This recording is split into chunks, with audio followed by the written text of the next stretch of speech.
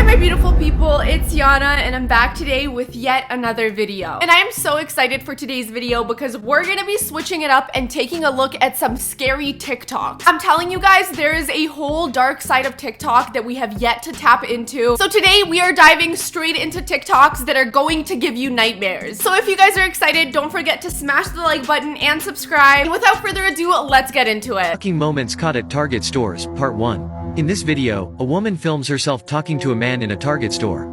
It's unclear what they are talking about, but then the woman points the camera at him and asks if he remembers talking to her before. The man instantly starts running out of the Target. Stop that guy! Call the cops! Call the cops on him! Call the cops! The woman chases him out yelling for people to stop him and call the police. She chases him all the way out to the parking lot, and he gets in his car and leaves. The woman said that she had seen the man in the Target before, and he had asked her super inappropriate questions that made her feel very uncomfortable. That was what was going through my head, was just I had to get his face, I had to get something on him to put him out there and catch this guy. So very obviously this guy is some sort of creep. I'm assuming that he uses the Target to lurk and creep on women, which is just totally messed up but is actually extremely common. That's exactly why you always gotta be aware of your surroundings, because there's crazy people everywhere. And clearly if he ran from her, he had a reason to run. You would not take off running like that unless you had something to hide.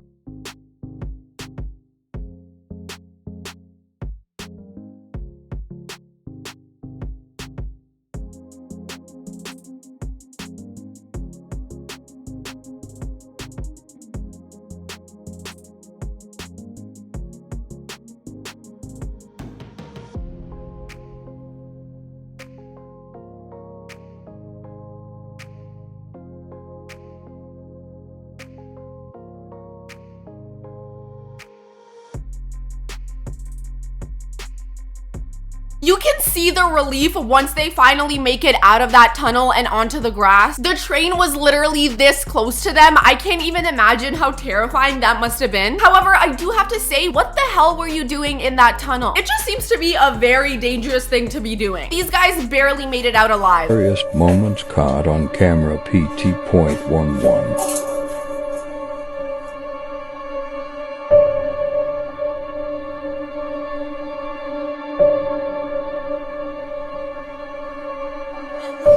Tell me what's wrong. What's wrong?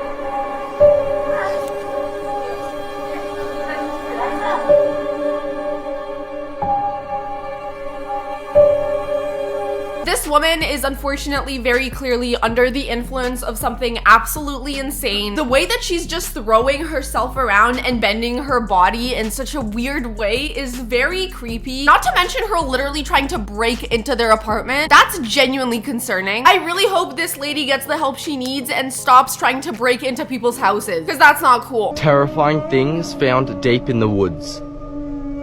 This footage shows two dirt bike riders riding on a remote path in the woods on the 15th of September 2017. As they ride their dirt bikes further through the woods, they then come across every dirt bike rider's worst nightmare. Tied up to trees, there was a deadly steel cable trap which they almost ran into at full speed. A steel cable trap is an extremely dangerous trap where someone ties a sharp wire around two trees that blocks the path of mountain bikers and dirt bikers. These traps could easily be fatal and seriously injure people, but thankfully they stopped just in time. I don't understand why anyone would ever put up a trap like that. At that point, you're just intentionally trying to hurt dirt bikers. That wire is insanely thin, and if you're moving at crazy speeds, you're probably not even gonna see it. Hence why, if someone drove into that with a dirt bike, they would get insanely injured. So whoever put that up is actually psychotic. This man claims his psychiatrist controlled and took over his life for 30 years. In 1981 in New York, Marty Markowitz was having a hard time. He was grieving the loss of his parents and having problems with his family business. Marty was a millionaire and financially well off, but was just really lost. He heard about a psychiatrist named Dr. Isaac Ike Hirschkopf, who was rumored to have a direct and unconventional approach with his clients. The doctor began inserting himself into Marty's life. He convinced Marty to give him control over his finances. Marty would run errands for him. The doctor would host parties there and then force Marty to serve the guests as part of the catering staff.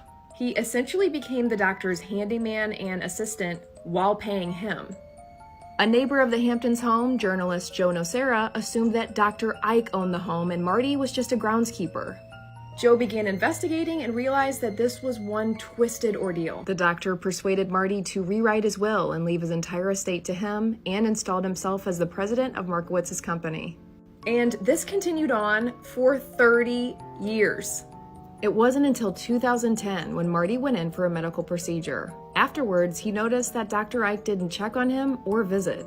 And he finally began questioning the relationship. The doctor knew Marty truly didn't have anyone else in his life, and Marty realized that this entire relationship was a fraud. After realizing he was, quote, living a lie, Marty cut off ties with the doctor and later found out that Dr. Ike had done this to multiple other patients over the years.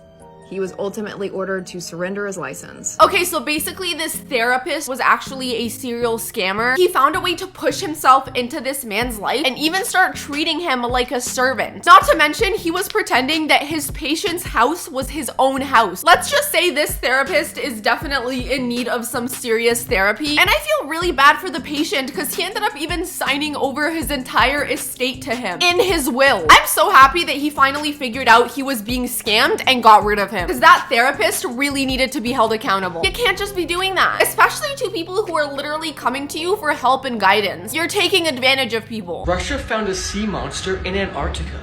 In 1974, Russian scientists at the Vostok Research Output Station discovered that there was actually a subglacial lake 2 miles beneath them, but it wasn't until 30 years later when they finally breached the ice. The first team of divers that explored the lake encountered a 33-foot-long, 14-tentacle squid that released a toxin into the water to immobilize 3 members of the expedition team, eventually killing them. They then came back with backup, and the scientists were able to then cage the creature. But when they returned to the surface, the creature, whose name is now Organism 46B, was actually seized by the Russian officials, and the team was told to keep this quiet. To this day, nobody has any idea where Organism 46B is, but rumor has it the creature is being experimented on to become a weapon for the Russian military. I'm not really sure how you would use a giant squid as a weapon in the military, but I do have to admit a 33-foot-long squid sounds insanely terrifying. It's definitely one of those things that I think about when I'm swimming in the deep ocean. Like, are any of these types of really weird creatures really deep below me and I have absolutely no idea? Today I'm going to be talking about the chilling disappearance of Evelyn Hartley. On October 23, 1953, Evelyn went to babysit the 20-month-old Avigo Rasmussen. This particular night, her dad wanted her to call at 8:30 exactly, and when she didn't call, he got concerned. So he tried calling the house, and there was no response. So he waited a little bit longer, and when he still hadn't heard from her, he decided that he was going to go to the house. Now when he arrived and knocked on the door, there was no answer, despite lights being on and he could hear the radio. So he tried again, this time knocking more furiously, hoping that somebody would answer the door. But still, no answer. Concerned why his daughter would not be answering the door, he decided to try and find another way in. He checked all doors leading inside, and everything was locked, until he came across the basement window, which the screen was off and it was sitting open. So he climbed in through that way, only to notice that there had been a ladder set up against the window on the inside, so somebody could get in and out. Once inside the house, he decided to investigate. In the living room, furniture was moved around, Evelyn's books were all over the place, and thankfully he came across the 20-month-old safely sleeping in her crib. Extremely concerned on his daughter's whereabouts, he immediately called the police. Once they arrived, they located her shoes in 2 different rooms, her broken glasses, as well as blood. So they brought in some bloodhounds, which traced the blood a couple blocks away, and they theorized that she had been placed into a car and driven away wherever they were taking her. A couple days later, a resident called the police and told them that they had seen a car speeding away from that area. He had seen one man in the front seat, a man in the back seat, and a girl in the back seat leaning against the window. Several days later, various clothing items were found around the town, and some of them were covered in blood. One of the jackets that had been found, unfortunately, had Evelyn's blood type on it. Throughout the years, multiple people tried coming forth about her disappearance, but were all eventually cleared. After about 25 years, her parents had completely given up hope of ever finding her again. To this day, Evelyn's case still remains unsolved. I've actually never heard of this case before, and it sounds truly terrible. So to me, it seems that while she was babysitting, someone found their way into the house through that little window, in a pretty aggressive altercation, dragged her out of the house, threw her into a car, and drove away. For what reason, we still don't know, because it's still been unsolved to this day. Nobody knows what happened to Evelyn, but it seems like a lot of her items with traces of her DNA resurfaced throughout the town, so it looks like whoever did it was trying to get rid of evidence. And I mean, clearly they were successful because they haven't been caught to this day. This is honestly just a very, very sad story. I really hope one day this case does get solved. Hey, look, a pizza. You gotta let him into your house now. That just caught me so off guard. It is a man dressed as a pizza acting extremely creepy, saying he's gotta be let into the house. If I saw this guy on my Ring doorbell camera, I am locking my doors and closing all my blinds, because you must be crazy running up to my door like that dressed as a pizza. It is a little bit funny, but it's also scary. These are videos humans were never meant to see, part 1. The video that I'm about to show you shows what happens to being exposed to radiation for too long, which would then leave behind your shadow. But that's not the scary part about the video. The man who was doing the experiment in this video died 3 days after, but the scientist said it had nothing to do with the experiment, but it actually did, and he got radiation poisoning.